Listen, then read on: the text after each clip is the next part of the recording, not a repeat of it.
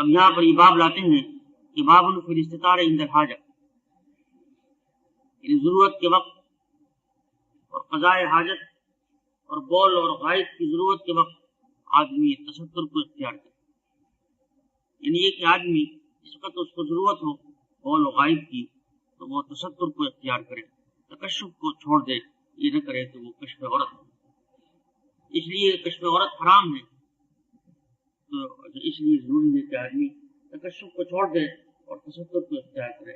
ان یختار تستر ویجتنب عن التکشف ان التکشف حرام، اس لیے کہ تکشف عورت جو ہے حرام ہے، یہ حضور نے آداب بتایا۔ اور اس کے بارے میں جو فقہاء نے لکھا ہے اس کا خلاصہ یہ ہے کہ آدمی اگر جنگل کے اندر اور کسی ویرانے کے اندر، تو پہلے تو یہ کہ ایسی جگہ اختیار کرے کہ جہاں پر لوگوں کی آمد رفت نہ ہو، اور پھر اس کے بعد جب تک کہ کھڑا ہے تو کھڑے ہو کر سامنے کشف سرابیل وغیرہ نہ کرے، بلکہ جب زمین سے قریب جائے تب قریب جانے کے بعد تب سامنے سرابیل کو کشف کرے۔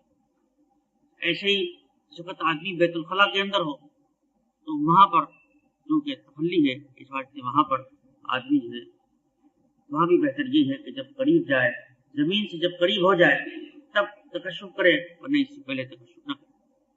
اس لیے یہ ضرورت ہے، اور ضرورت تقدر بقدر ضرورت، اس واسطے کی ضرورت جو ہوتی ہے بقدر ضرورت، مطلب یہ کشف عورت کے بغیر تو آدمی اپنی حاجت پوری نہیں کر سکتا، قضاء حاجت نہیں کر سکتا۔ اس لیے حاجت کب پوری ہوگی؟ جب کہ آدمی زمین سے قریب چلا جائے، تو مطلب یہ قریب جا کر پھر کشف کرے، اس سے پہلے نہ کرے، یہ آداب سے کرے۔ یہ مجھے مقصد رسول اللہ صلی اللہ علیہ وسلم۔ تو اب یہ باب لاتے ہیں باب فی الاستطار عند الحاجت، ضرورت کے وقت اور حاجت کے وقت تستر کو اختیار کرنا۔ یہ استطار اس کے معنی ہے کہ تستر کو اختیار کرنا، اختیار تستر۔ حدثنا قتیبہ کی روایت ہے، قتیبہ بن سعید ابو رجاء محدث خراسان قال حدثنا عبد السلام بن حرب، یہ عبد السلام بن حرب کی روایت۔ عبد السلام بن حرب جو ہے یہ بھی ثقہ ہے اور حافظ ہے، ثقۃ الحافظ ہے۔ عن العامش، وہ روایت کرتے ہیں عامش سے۔ یہ عامش کون ہے؟ سلیمان مہران ابو محمد الکاہلی۔ وہ یہ روایت کرتے ہیں انس سے، انس بن مالک خادم رسول اللہ صلی اللہ علیہ وسلم الانصاری الخزرجی، خادم رسول اللہ صلی اللہ علیہ وسلم، خادمہ 10 سنین، و ام سلیم کا نام، اور ام سلیم جو تھی کانت انصاریت خزرجیت، وكانت من نساء المؤمنات ونساء المسلمات يخدمنا في الحروب والمعارك، یہ ان عورتوں میں سے تھی جو کہ جنگ کے موقع پر خدمت کرتی۔ کان یسقین المرضى وکان یسقین الجرحى، جو مجروحین ہوتے تھے، زخمی ہو جاتے تھے جنگ کے اندر، ان کو پانی پلایا کرتی تھی، اور ان کا علاج اور دوا دارو کرتی تھی حضرت انس کی والدہ۔ اور اسلام سے ان کو بڑا شغف تھا، ان کے بڑے مناقب ہیں، بڑے خصوصیات۔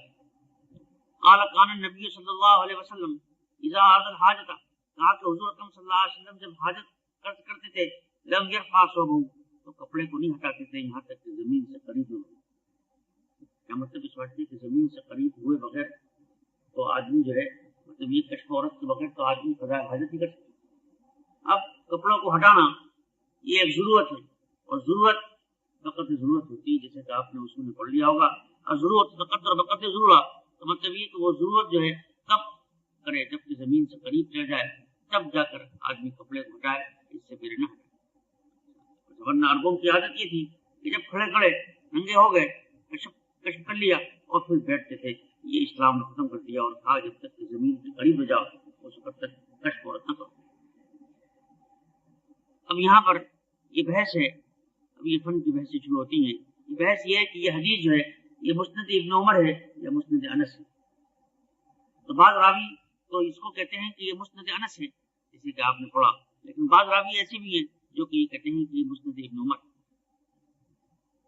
پھر ترمذی اس کے بعد یہ کہتا ہے کہ یہاں پر مطلب یہ کہ چاہے یہ مسند ابن عمر ہو اور چاہے یہ مسند انس ہو، لیکن دونوں حالتوں کے اندر یہ جو حدیث ہے یہ مرسل، لیکن لوگوں نے کہا کہ یہ مرسل بول کر امام ترمذی نے مرسل اصطلاحی مراد نہیں لیا، بلکہ مرسل سے مراد منقطع، جیسا مرسل تو آپ جانتے ہیں کہ مرسل تو ایسی حدیث کو کہتے ہیں کہ وہاں پر تابعی کہہ دے قال رسول اللہ صلی اللہ علیہ وسلم. مرسل ایسی حدیث کو کہتے ہیں جس میں تابعی کہے قال رسول اللہ، یہ کہ صحابی کے واسطے کو ترک کر دے، وہ ہے مرسل. یہاں پر یہ بات تو نہیں ہے ہم اس واسطے کہ تابعی تو انس کون ہے عامش، اس واسطے یہاں پر مرسل و معنی میں منقطع تھی، یعنی یہ کہ عامش اور صحابی کے درمیان کوئی واسطہ رہ گیا ہے. اس واسطے امام ترمذی کہتے ہیں کہ یہ روایت جو ہے دونوں اعتبار سے منقطع ہے. چاہے تم اس روایت کو مسند ابن عمر کو چاہے مسند انس کو، یہاں پر ایک راوی رہ گیا ہے اس واسطے کہ عامش ویسے صغیر تابعی ہے، عامش نے صحابی کو دیکھا ہے، اور صحابی کون تھے؟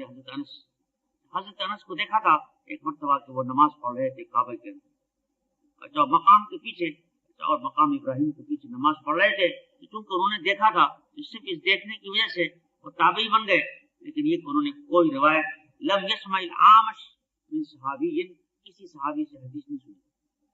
اس لیے یہاں پر چاہے ابن عمر کا نام ہو اور چاہے انس کا نام ہو، یہ روایت جو ہوگی یہ متصل نہیں ہے بلکہ منقطع روایت. یہ ترمذی کا آئی بات سنیے. قال ابو عیسیٰ هكذا روى محمد بن ربیعہ عامش انس بن بهذا الحديث. یہ مطلب یہ کہ یہ مطابق آ رہا ہے، یہ مطابق آ رہا ہے کس کا؟ عبدالسلام بن حرب کا. جیسے عبدالسلام بن حرب اس کو بتاتا ہے کہ یہ مسند انس ہے، بالکل اسی اعتبار سے محمد بن ربیعہ بھی کہہ رہا ہے کہ یہ مسند انس. وروى وکیع والحمانی عن العامش، اور وکیع اور حمانی یہ دونوں کے دونوں روات میں سے ہیں، ثقات میں سے ہیں، یہ روایت میں کرتے ہیں عامش سے، لیکن اس کے بعد نام لیتے ہیں ابن عمر کا. قال كان النبي صلی اللہ علیہ وسلم اذا اراد الحاجہ، جب حضور ضرورت ہوتی تھی تو آپ لم يرفع صوبه حتى يدنو من الارض، یہاں تک کہ آپ زمین کے قریب رہتے. وہ کل الحدیثین مرسل. اس کے بعد امام ترمذی کہتے ہیں کہ دونوں حدیثیں، چاہے تم اس کو مسند انس کو یا مسند ابن عمر کو، یہ دونوں حدیثیں جو ہیں منقطع ہیں. یہاں مرسل بول کے منقطع مراد دیا ہے، اس بات کہ مرسل اصطلاحی مراد نہیں. اس مراد ہا ہونا المرسل اصطلاحی، لأن المرسل اصطلاحی ان يقول التابعي قال رسول الله صلى الله عليه وسلم ويترك الصحابي هذا مرسل. اما المراد ها هنا المرسل المراد من المنقطع، لأن الواسطة سقطت بين العامش والصحابي.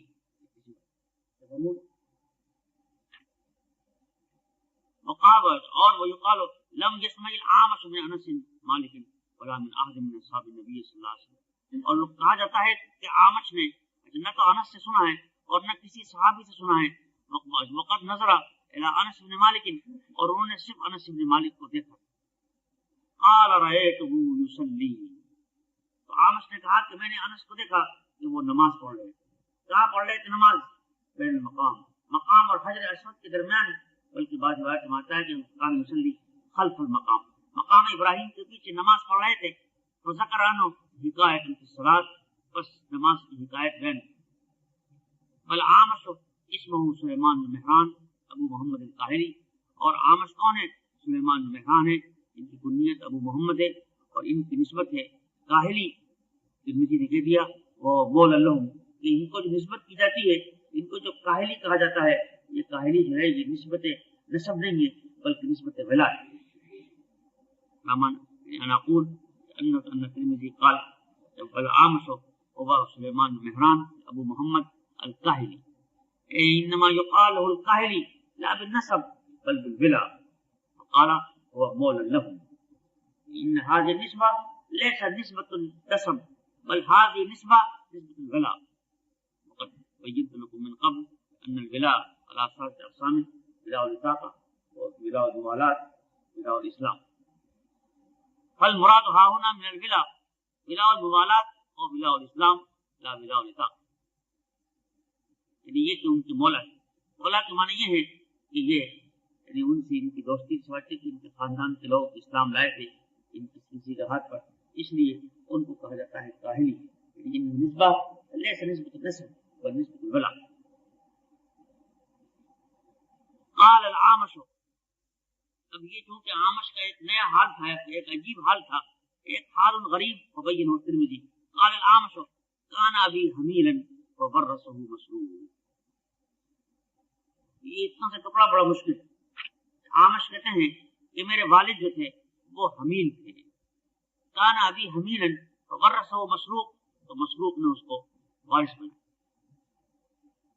من هو المسروق؟ هو مسروق ابن عبد الرحمن الأجدع، كان يقال له الأجدع، مسروق ابن أجدع، وغيره عمر الخطاب وقال أنت مسروق ابن عبد الرحمن. وكنيته أبي عائشة، كنية أبو عائشة مات وهو من كبار التابعين، من كبار التابعين مسروق ابن أجدع كبار التابعين میں سے. وإنما يقال له مسروق لأنه سرق في صغره، ان کو مسروق اس واسطے کہتے ہیں کہ بچپن جب بچے تھے تو کوئی آدمی ان کو چرا کر لے گیا، یہ چوری ہو گئے تھے، اس واسطے يقال له المسروق، اس واسطے ان کو مسروق کہتے ہیں. ان کو مسروق اس لیے کہا جاتا ہے لأنه سرق في صغره، واسطے کہ اس کو بچپن کے اندر لوگ چرا کر لے گئے. یہ بھی نظر محمد مسروق ہے، یہ بھی سرق في صغره، بچپن میں لے گئے تھے اس کو مسروق کو، مطلب چرا کر لے گئے تھے، اس واسطے يقال له مسروق لأنه سرق في صغره، بچپن چھوٹے بچے سے کوئی لے گیا چرا بعد میں لے آئے، اس واسطے ان کو کہا جاتا تھا مسروق.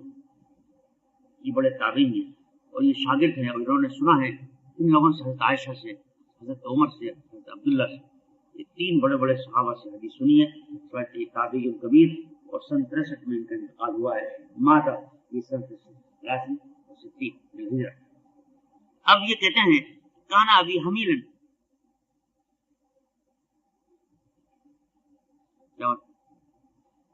الحمیل الولد الذي يحمل من دار الحرب الى دار الاسلام مع امه. حمیل کسے کہتے ہیں؟ حمیل اس بچے کو کہتے ہیں جو دار الحرب سے دار الاسلام کی طرف آیا جائے اپنی ماں کے ساتھ. الحمیل الولد الذي يحمل من دار الحرب الى دار الاسلام.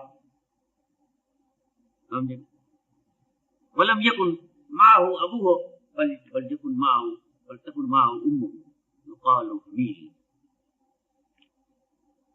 اور یہ سارا مسئلہ وہ ہے جو تم نے ہدایہ ثالث میں پڑھ لیا ہوگا، تمہیں یاد نہیں.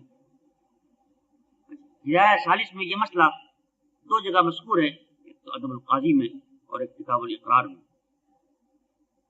وہاں پر یہ بحث ہے کہ کسی شخص کا اقرار کس چیز کے حق میں معتبر ہوتا ہے.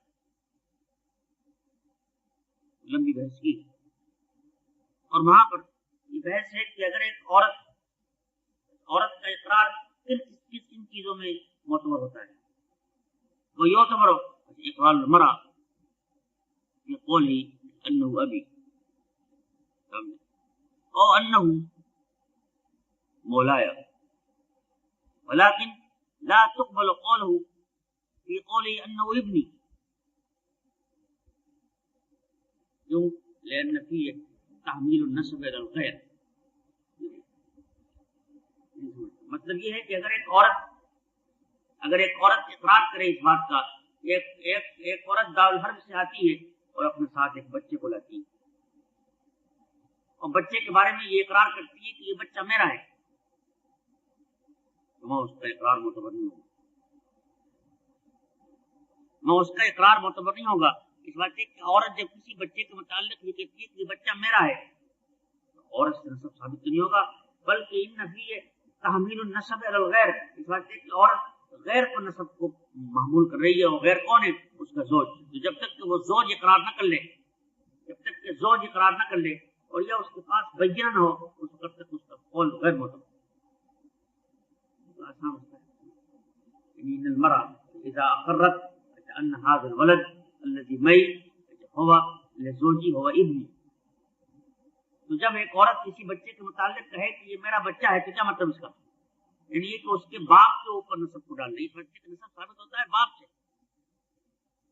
نسب پہلے ثابت ہوتا ہے باپ سے، اس کے بعد نسب ثابت ہوتا ہے ماں سے. تو مطلب یہ کہ وہ جب یہ کہہ رہی ہے کہ یہ بچہ میرا ہے، تو گویا کہ نسب کو ثابت کر رہی ہے اپنے زوج کے لیے. تو جب تک کہ یہ تحمیل النسب علی الغیر ہے، اور تحمیل النسب علی الغیر کے اندر اصول یہ کہ جب تک کہ وہ غیر اقرار نہ کرے اس وقت تک نسب نہیں ہوگا ثابت، یا بینہ نہ ہو.